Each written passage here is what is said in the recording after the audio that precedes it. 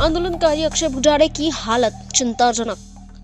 पुल पर railing की मांग करना पड़ा भारी।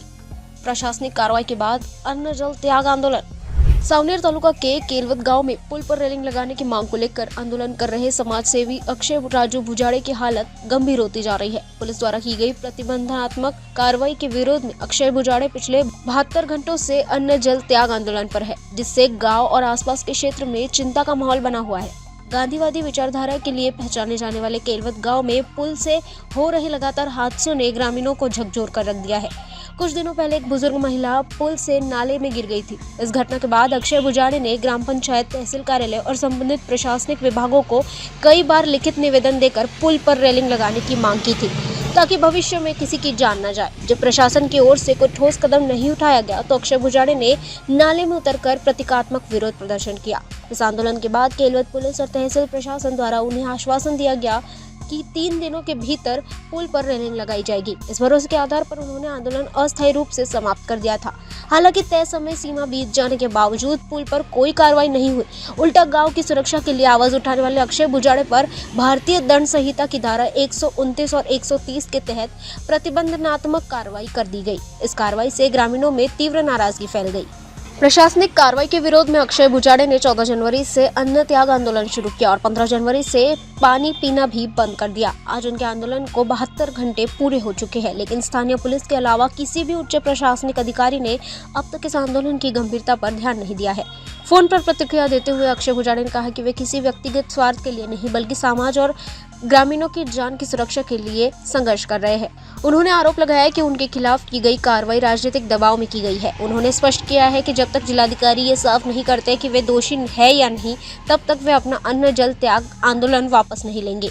इस पूरे मामले को लेकर गांववासियों की मांग है कि प्रशासन तत्काल हस्तक्षेप करे और आंदोलनकारी पर की गई कार्रवाई वापस ले और पुल पर रेलिंग लगाने का किया गया वादा तुरंत पूरा करे, ताकि भविष्य में किसी भी अनहोनी को रोका जा सके। लोकांसाठी एका आंदोलनाची किंमत काय मोजावी लागते हे आपल्या समोर आहे। अक्षय बुजाड़े ज्यांनी गावकऱ्यांसाठी एक पूल आहे त्या पुलावर कठडे लावावा याकरिता दिवसभर पाण्यामध्ये उभं राहून पूर्ण शासनाचं लक्ष वेधलं होतं आणि त्या कारवाईच्या नंतर त्याच्यावर 129 आणि 130 कलमांची कारवाई नागपूर पोलिसांनी केली आहे आणि 2 दिवसापासून यांनी अन्नत्याग केलेला आहे आणि आजपासून त्यांनी जलत्याग सुद्धा केलेला आहे। तर अक्षयजी, आपण ही जी कारवाई झाली आहे या कारवाईच्या विरोधामध्ये आपण हे सगळं करत आहे। पोलीस प्रशासनाला वेठीस धरून हे कारवाई करण्यात आली। यामध्ये पोलीस प्रशासनाचा कुठेही दोष नाही आहे। राजकारणी लोकांनी त्यांना माहीत आहे की अक्षय बुजाड़े आता राजकारणावर लाट ठेवलेला आहे। यांचं राजकारण आता जास्त दिवस चालणार नाही माझ्या गावामध्ये, माझ्या तालुक्यामध्ये, माझ्या जिल्ह्यामध्ये। हे मी उघडीस आणत आहोत, लोकांना जागरूक करत आहोत, युवा पिढींना मी बोलण्यास भाग पाडत आहोत, तयार करत आहोत, बेरोजगारीबद्दल बोलत आहोत। आज हा जो विषय झालेला आहे या विषयाला आपल्याकडून म्हणजे आपल्यापर्यंत आजपर्यंत कोण आलेला आहे? प्रशासनाकडून कोणता अधिकारी कर्मचारी आलेला आहे? फक्त पोलीस विभाग आले, स्थानिक पोलीस विभाग आले। त्यांनी विनंती केली मला की तू मागं घे। आपली मागणी काय राहील? माझी मागणी अशी आहे की त्यांनी मला एक लेटर इश्यू केलं, माझ्याकडून बॉन्ड लिहून घेण्यात आलेला आहे आणि त्या लेटरमध्ये त्यांनी लिहिलेलं आहे की मी समाजास धोकादायक आहे, बेबंद आहे। म्हणजे हिटलरशाहीकडे हा पूर्ण देश चाललेला आहे। महात्मा गांधीला केळवतशी जोडल्या गेलेला आहे। महात्मा गांधीच्या इथं आशीर्वादाने केळवत शहराला ओळखलं जातं आणि तिथूनच समजा आपण अहिंसेच्या माध्यमातून आंदोलन करून राहिलो तर ते कुठेतरी दाबण्याचा प्रयत्न होत आहे असं वाटतं? पूर्णपणे दाबण्याचा प्रयत्न करत आहे आणि आपण आपल्या मागणीवर अटल आहात। आजपर्यंत माझ्यावर कुठलीही केस नाही, कुठलाही गुन्हा दाखल नाही।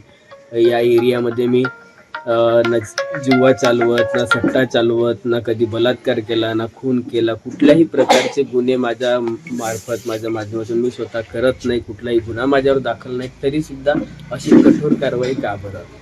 छत्रपती शिवाजी महाराजांना याच प्रकारे औरंगजेबाने नजरकैद केलं होतं। या राजकारण्यांनी आज माझ्यासोबत तेच केलं। माझाच पक्ष माझा जीव घेण्याचा मागा लागलेला आहे। म्हणजे आता विश्वास कुणावर करायचा? विश्वास फक्त अधिकाऱ्यावर करू शकतो, लोकप्रतिनिधीवर माझा विश्वास राहिलेला नाही।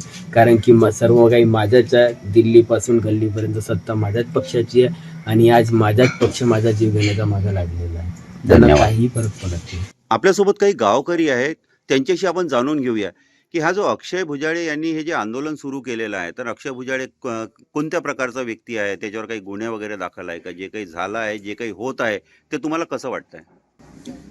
आम्ही असं म्हणण्यात येईन आम्हाला हे अक्षय भाऊ जे पण करत आहे ते समाजासाठी बहुत चांगले काम करत आहे. आम्ही यांच्या समर्थ आहोत आणि यांची साथ देणार. आम्ही त्यांच्यासोबत जी काही आम्ही आजपर्यंत मुलांना पुलावरून पाठवत होतो. धोकादायक पूल वाटत होता तर मुलांना शाळेला आम्ही सायकल घेऊन पाठवत नव्हतो. आणि कारण कसं होतं की मुलगा कुठं कमी जास्त होईल, पुढे समोरून गाडी आली तर मुलगा असा पुलात जाईल अशी भीती होती. पण जेव्हापासून अक्षय भुजाडे यांनी आंदोलन केलं तेव्हापासून कटडे लागले, तेव्हापासून मुलगा सुशिक्षित, मी माझ्या मुलाला सुरक्षितपणे शाळेत म्हणजे असं रस्त्याने जाता येते पद्धतशीर, आणि आता सभ्यता आणि चांगलं वाटतंय. आणि याच कारणामुळे अक्षय भुजाडेला अगर काही होत असेल, याच कारणामुळे त्याला असं देशद्रोही जसं असते तसं गावद्रोही म्हणून ओळखल्या जात असेल, तर मी अक्षय भुजाडे समर्थक आहो आणि कदापर्यंत. आणि जोपर्यंत हा याच्यातून म्हणजे जी केसेस लागली आहे त्यामार्फत त्याला बाहेर करत नाही तोपर्यंत मी अक्षय भुजाडे सोबत आहो.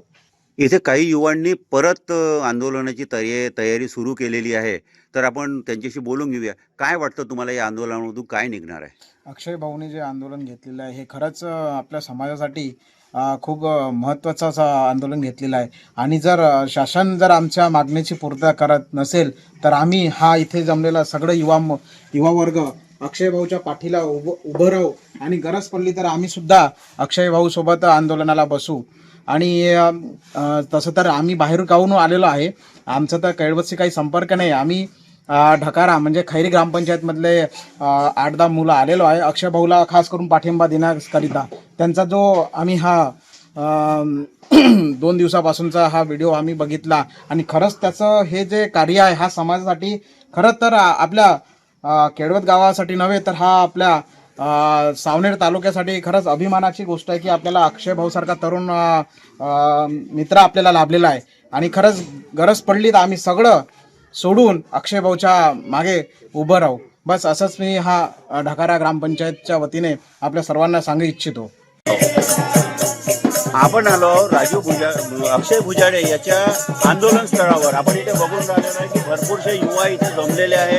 काही भजन मंडळी आहे जे सकाळपासून इथे आईचा उदो करून राहिलेले आहे. मी माझ्या कॅमेरामॅनला म्हणेल की त्यांनी या समोरचा दृश्य दाखवावे, ज्यांनी या आंदोलनकर्त्यांना एक मोठी ऊर्जा निर्माण होऊन राहिलेली आहे. आणि हे एक आगळं वेगळं आंदोलन आहे, ज्या आंदोलनामध्ये आंदोलन करायची जी किंमत आहे त्याला प्रतिबंधक कारवाई जे नागपूर पोलिसांनी केलेली आहे त्याच्या विरोधात ही कारवाई सुरू आहे.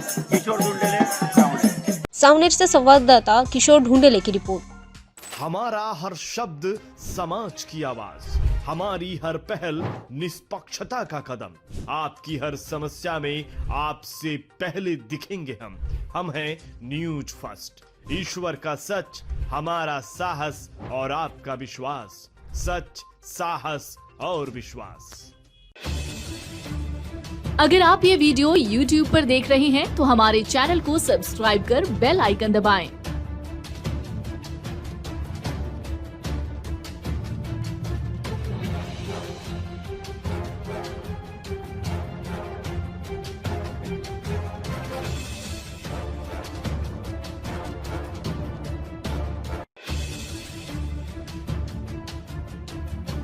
और Facebook पर देख रहे हैं तो हमारे पेज को लाइक करें.